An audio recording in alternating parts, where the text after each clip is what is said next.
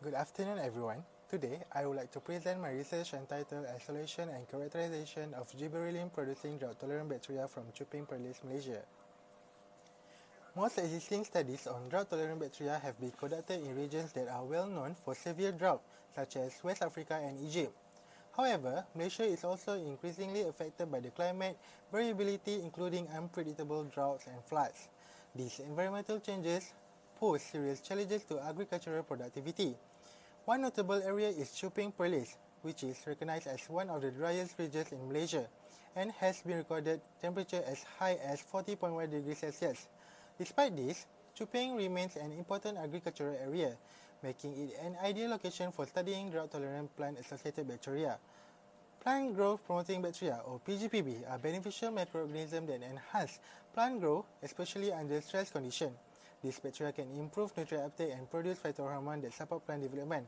One important phytohormone is gibberellin, which play a major role in seed germination, stem elongation, and flowering. This study aims to answer three main research questions. First, how many bacteria can be isolated on cryptid soy agar from soil in the Chuping district Perlis? Next, what characteristic of the isolated bacteria can produce gibberellin from soil in the Chuping district Perlis? And lastly, what species of isolated bacteria can produce gibberellin from soil in the Chuping district Perlis? Based on this question, the objective of this study are to document the number of bacteria isolated on TSA from soil in the Chuping district Perlis. Next, to characterize isolated bacteria that can produce gibberellin from soil in the Chuping district Perlis. And lastly, to identify species of isolated bacteria that can produce gibberellin from soil in the Chuping district Perlis. By identifying and characterizing drought-tolerant PGPB, this study contributes to the development of environmentally friendly strategies to improve crop productivity under drought stress. In the long term, the use of beneficial bacteria may reduce dependence on the chemical fertilizer and help mitigate environmental pollution. Next, for the literature review, Chuping was selected as the study area because it is not only one of the driest locations in Malaysia, but also well known for its agricultural activities, including the cultivation of harum manis mango and MD2 pineapple. Farmers in this region frequently face challenges related to the drought stress, which affects crop yield and sustainability. Therefore, studying soil bacteria from this environment provides valuable insight into the microbial adaptation to drought conditions. PGPB are beneficial bacteria commonly found on plant roots or in the surrounding soils.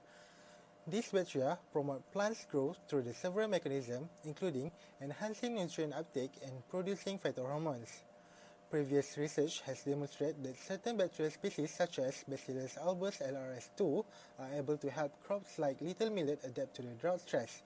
However, it is also reported that different bacterial species may have preference for specific crops, indicating the importance of studying local bacterial population.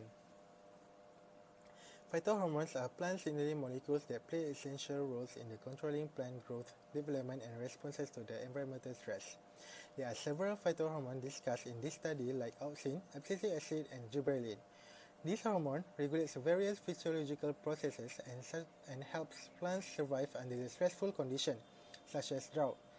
Studies have also shown that gibberellin interacts with the abscisic acid through hormonal crosstalk to balance plant growth and adaptation to the environmental stress. This interaction is crucial for plants to maintain growth while responding to the drought condition, making GA an important focus in this research.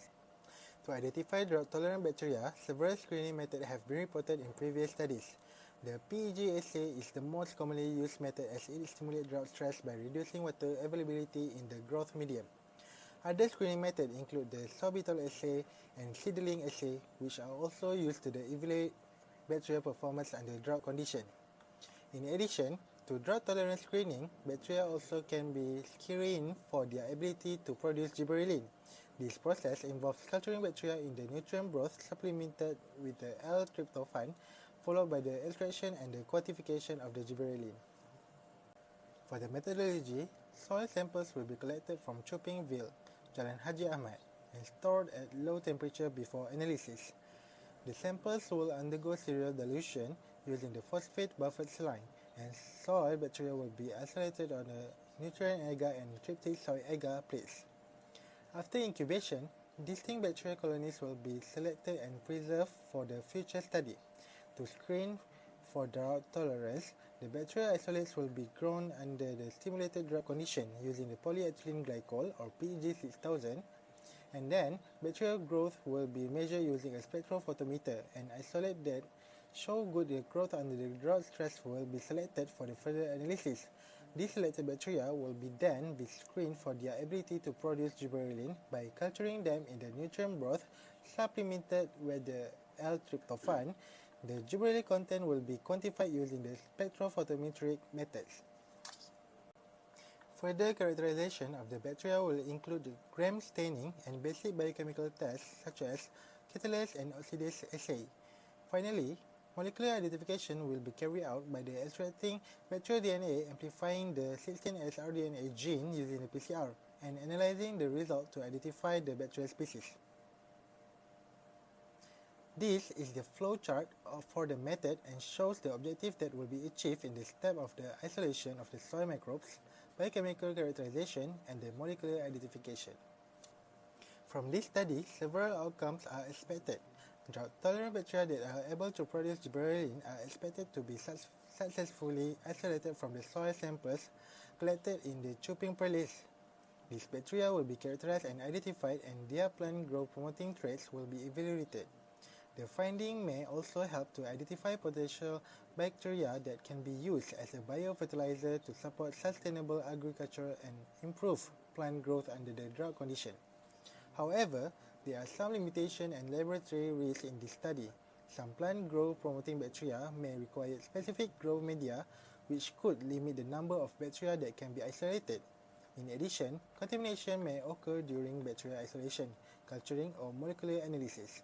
To reduce this problem, different types of agar media will be used and proper aseptic techniques will be applied throughout the experiments.